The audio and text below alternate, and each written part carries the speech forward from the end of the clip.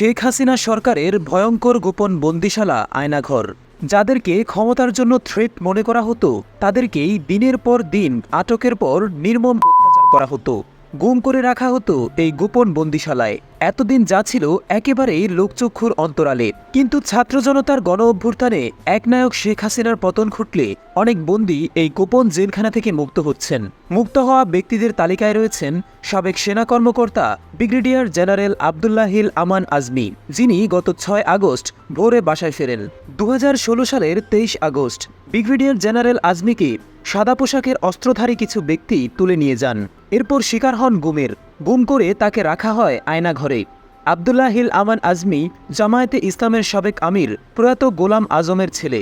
1981 সালের ডিসেম্বরে তিনি ৫ম বাংলাদেশ মিলিটারি একাডেমি দীর্ঘমেয়াদী প্রশিক্ষণের মাধ্যমে east Bengal regiment 2nd lieutenant হিসেবে কমিশনপ্রাপ্ত হয়েছিলেন।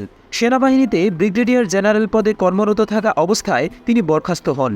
আয়নাঘর থেকে মুক্তি পাওয়া আরেক বন্দী ব্যারিস্টার মীর আহমেদ বিন কাসেম আরমান। ব্রিগেডিয়ার জেনারেল আজমির মুক্তির একই দিনে তিনিও মুক্ত হন। ব্যারিস্টার আরমানকে উত্তরার একটি জায়গায় চোখ বেঁধে রেখে যাওয়া হয়। তিনি বাংলাদেশ জামায়াতে ইসলামের সাবেক কেন্দ্রীয় নির্বাহী পরিষদের সদস্য মরহুম মীর কাশেম আলীর ছেলে। 2016 সালের 10 আগস্ট রাত 11:15টার দিকে মিরপুর DOHS এর 7 নম্বর সড়কের বাসা থেকে সাদা পোশাকের কয়েকজন লোক এসে কোনো ওয়ারেন্ট ছাড়াই তাকে জোরপূর্বক তুলে নিয়ে যায়। 2 শিশু সন্তান, স্ত্রী ও বোনের সামনে থেকে তাকে ধরে নিয়ে যাওয়া হয়। এরপর থেকে তার আর কোনো খোঁজ পাওয়া যায়নি। ওই সময় আদালতে মীর কাশেম আলীর বিচার চলছিল। মীর কাশেম আলীর শেষ ইচ্ছে ছিল তার অতি স্নেহের পুত্র ব্যারিস্টার আরমান তার নামাজে জানাজার ইমামতি করবেন। তার শেষ ইচ্ছাও পূরণ করা হয়নি। আয়নাঘর থেকে মুক্ত হওয়া আরেক বন্দী মাইকেল চাকমা। তিনি পার্বত্য চট্টগ্রামের আঞ্চলিক সংগঠন ইউনাইটেড পিপলস ডেমোক্রেটিক ফ্রন্টের নেতা।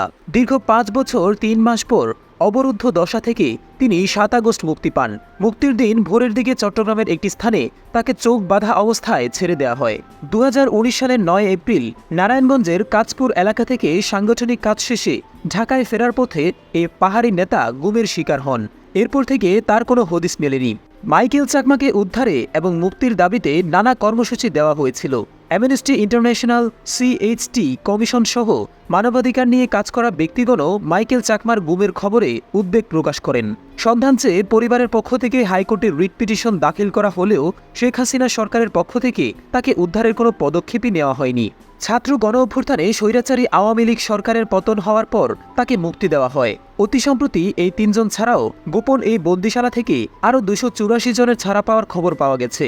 কিন্তু এরপরও DGFI এর হেডকোয়ার্টার্সের সামনে ভিড় জমান গুম হওয়া ব্যক্তিদের স্বজনেরা। শেখ হাসিনার 15 বছরের শাসনামলে বিরোধী মতের উপর নির্যাতন চালানো ও বিরোধী রাজনৈতিক নেতাদের গুম করে রাখা হতো আলোচিত আয়নাঘরে। বন্দি রাখা অবস্থায় অধিকাংশ সময় শুধু পানি ও বিস্কিট খেতে দেওয়া হতো। বন্দিশালাটিতে প্রায় সারা দিন রাত চালানো হতো অত্যন্ত উচ্চ শব্দের অ্যাডজাস্ট ফ্যান। অতি ভয়ঙ্কর এই বন্দিশালার কথা প্রথম জানাজানি হয় সুইডেন ভিত্তিক সংবাদ মাধ্যম মেট্রো নিউজের একটি প্রতিবেদনের মাধ্যমে। সেখানে শেখ মোহাম্মদ সেলিম নামের এক বন্দির জবানবন্দি তুলে ধরা হয়। তার জবানেই উঠে আসে সেখানে রাতেও চালানো হতো অমানবিক নিপীড়ন। অত্যাচারে অনেক রাত তিনি ঘুমাতে পারেননি। আয়নাঘরের আরেক বন্দী সেনাবাহিনীর সাবেক লেফটেন্যান্ট কর্নেল হাসিনুর রহমান।